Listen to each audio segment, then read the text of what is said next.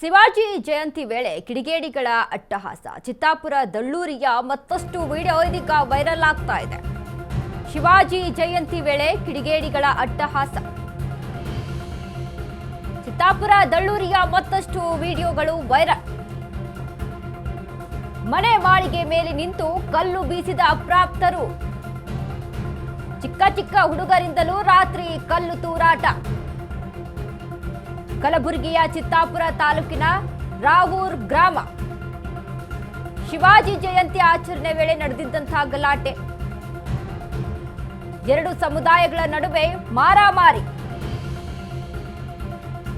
ಕಲ್ಲಿನಿಂದ ಹಲ್ಲೆ ಮಾಡಿರುವ ವಿಡಿಯೋ ವೈರಲ್ ಆಗ್ತಾ ಇದೆ. ಶಿವಾಜಿ ಜಯಂತಿ ವೇಳೆ ಕಿಡಿಗೇಡಿಗಳ ಅಟ್ಟಹಾಸ. ಚಿತ್ತಾಪುರ ದಳ್ಳೂರಿಯ ಮತ್ತಷ್ಟು ವಿಡಿಯೋಗಳು ವೈರಲ್ ಆಗ್ತಾ ಇದೆ. ಚಿಕ್ಕ ಚಿಕ್ಕ ಮಕ್ಕಳು, ಅಪ್ರಾಪ್ತ ಬಾಲಕರು ಸಹಿತ ನಿಂತು ಕಲ್ಲನ್ನ ಬೀಸ್ತಾ ಇದ್ದಾರೆ. ನೋಡಿ ಏನ್ ಕಲಿತಾ ಇದೆ ಇಂದಿನ ಪೀಳಿಗೆ ಅಂತ ನೋಡಿದ್ರೆ ಇದನ್ನೇ ಕಲಿತಾ ಇದೆ.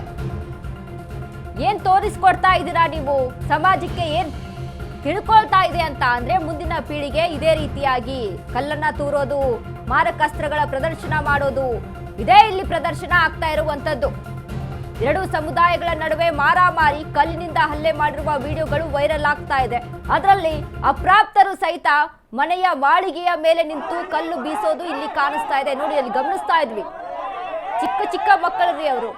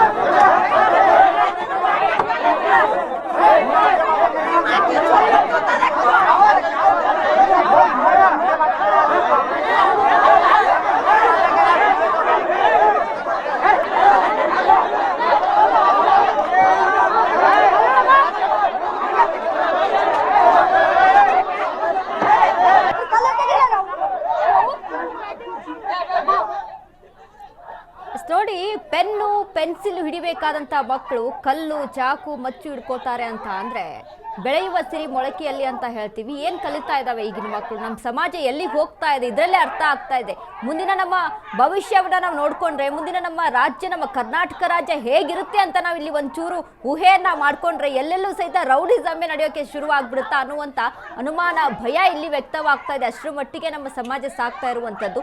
ಏನ್ ಕಲಿತಾ ಇದ್ದಾರೆ, ಬರೀ ಕೋಮುವಾದ, ಬರೀ ಜಗಳ, ಕದನ, ಜಾತಿ, ಇದೇ ಅಲ್ಲಿ ಮಕ್ಕಳ ತಲೆಯಲ್ಲಿ ತುಂಬ್ತಾ ಇದ್ದಾವೆ ಹೊರತು ಅಲ್ಲಿ ಬೇರೆ ಯಾವುದಿಲ್ಲ. ನೋಡಿ ಅಲ್ಲಿ ಚಿಕ್ಕ ಚಿಕ್ಕ ಮಕ್ಕಳವರು, ಅಲ್ಲಿ ಅವ್ರು ಕಲಿತಾ ಇರುವಂತದ್ದೇನು ಹಾಗಾದ್ರೆ? ಇದೆಲ್ಲವನ್ನ ಗಮನಿಸ್ಕೊಂಡು ಎಲ್ಲೆಲ್ಲಿ ಯಾವ್ಯಾವ ರೀತಿಯಾದಂಥ ಪ್ರಸಂಗಗಳು ನಡೀತಾ ಇದ್ದಾವೆ ಎಲ್ಲವನ್ನ ಸಹಿತ ಸೋಷಿಯಲ್ ಮೀಡಿಯಾದಲ್ಲಿ ನೋಡ್ತಾರೆ. ಇನ್ನು ಅದೇ ರೀತಿಯಾಗಿ ತಮ್ಮ ಅಕ್ಕಪಕ್ಕ ಇರುವಂತಹ ಜನರು ಏನ್ ಮಾಡ್ತಾರೆ, ನಮ್ಮ ಸಮಾಜ ಏನ್ ಮಾಡ್ತಾ ಇದೆ ಅದನ್ನೇ ಸಹಿತ ಅಲ್ವಾ ಕಲಿಯುವಂಥದ್ದು. ಪೆನ್ನು ಪೇಪರ್ ಹಿಡಿದು ಮುಂದಿನ ಭವಿಷ್ಯದ ಬಗ್ಗೆ ಯೋಚನೆ ಮಾಡಬೇಕಾದಂತಹ ಮಕ್ಕಳು ಆದ್ರೆ ಇದೀಗ ಕಲ್ಲನ್ನ ಹಿಡ್ಕೊಂಡು ಅಲ್ಲಿ ಕೋಮುವಾದಕ್ಕೆ, ಕೋಮು ಜಗಳಗಳಿಗೆ ಮುಂದಾಗಿದ್ದಾರೆ. ಇದರಲ್ಲೇ ಅರ್ಥ ಆಗುತ್ತೆ ನಮ್ಮ ರಾಜ್ಯದಲ್ಲಿ, ನಮ್ಮ ಕರ್ನಾಟಕದಲ್ಲಿ ಯಾವ ರೀತಿಯಾದಂಥ ವ್ಯವಸ್ಥೆ ಉದ್ಭವಿಸ್ತಾ ಇದೆ ಅಂತ.